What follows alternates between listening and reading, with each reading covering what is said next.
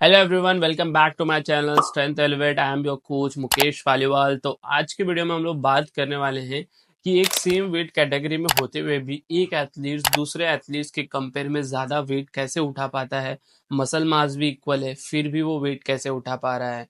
ये होता है सिर्फ एक छोटे से बायोमैकेनिकल चेंज की वजह से। तो इसी चीज़ को समझेंगे कि ये बायोमैकेनिकल चेंज कैसे उनकी लिफ्टिंग कैपेसिटी और स्पीड को इम्पैक्ट करता है।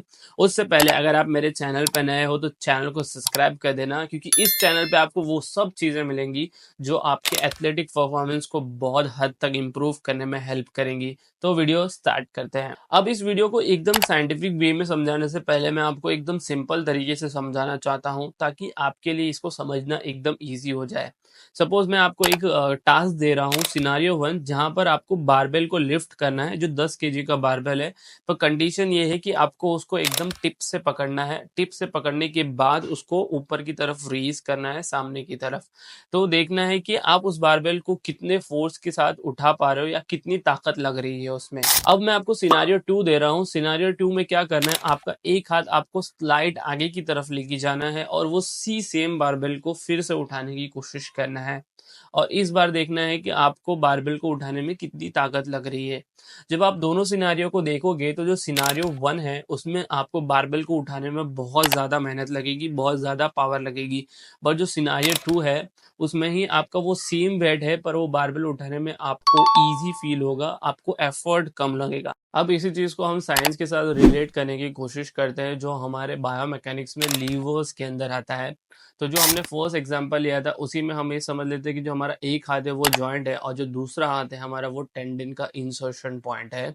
तो अब इससे होता क्या है कि हम जॉइंट से एक परपेंडिकुलर लाइन ड्रॉ करते हैं और टेंडन के इंसर्शन के पॉइंट पे भी एक परपेंडिकुलर लाइन ड्रॉ करते हैं, और दोनों के बीच में जो डिस्टेंस होता है उसको बोलते हैं moment arm of the muscle. अब इससे होता क्या है कि हमारा मोमेंट आर्म जितना छोटा होता है या जितना बड़ा होता है, इससे हमारे लिफ्टिंग कैपेसिटी में भी फर्क पड़ता है।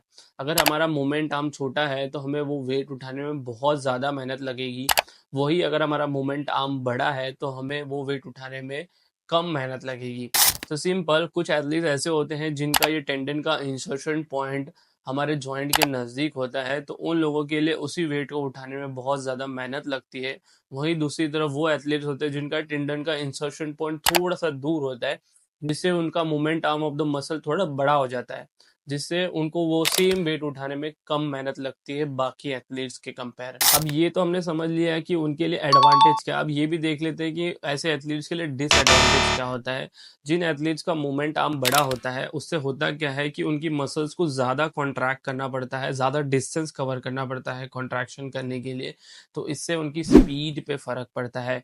तो जिनका मोमेंट आर्म बड़ा होता है उनकी स्पीड कम होती है, और जिनका मोमेंट आर्म छोटा होता है उनकी कॉन्ट्रैक्शन की स्पीड ज़्यादा होती है। अब इससे फ़र्क क्या होता है, उनके बॉडी में स्पीड और पावर जनरेशन में भी फ़र्क है। अब इसी चीज़ को एकदम छोटे सिंपल वे में समझाऊं तो जिनका मोमेंट आर्म छोटा होता है या जिनका टेंडन का इंसर्शन पॉइंट थोड़ा जॉइंट से नज़दीक होता है, उनके लिए थोड़ा लिफ्टिंग डिफ़िकल्ट होता है, बट उनकी जो बॉडी की स्पीड और पावर जनरेशन की कैपेसिटी है वो ज़्यादा होती है। वही दूसरी तरफ जिनका मोमेंट आर्म बड़ा होता है उनके लिए लिफ्ट करना ईजी होता है, बट उनके लिए वही सेम पावर और स्पीड जनरेट करना डिफिकल्ट होता है। मोस्टली जो फॉरेन एथलीट्स होते हैं वो इन्हीं सब जेनेटिक क्राइटेरियाज को और जेनेटिक फैक्टर्स को देख के ही स्पोर्ट्स चूज करते हैं, जिसकी वजह से वो उस स्पोर्ट्स में एक्सेलेंट परफॉर्मेंस कर पाते हैं। बट इंडिया में ये चीज़ नहीं होती। इंडिया में अगर किसी भी स्पोर्ट्स को चूज करना है तो वो उन्हें एज अ पैशन की तरह देखते हैं। वो ये नहीं देखते कि हमारे जेनेटिक फैक्टर्स उस चीज़ के लिए हमें सपोर्ट कर रहे हैं कि नहीं कर रहे। इस वजह से भी कहीं ना कहीं हमारे एथलीट्स लैग कर जाते हैं परफॉर्मेंस को इम्प्रूव करने में।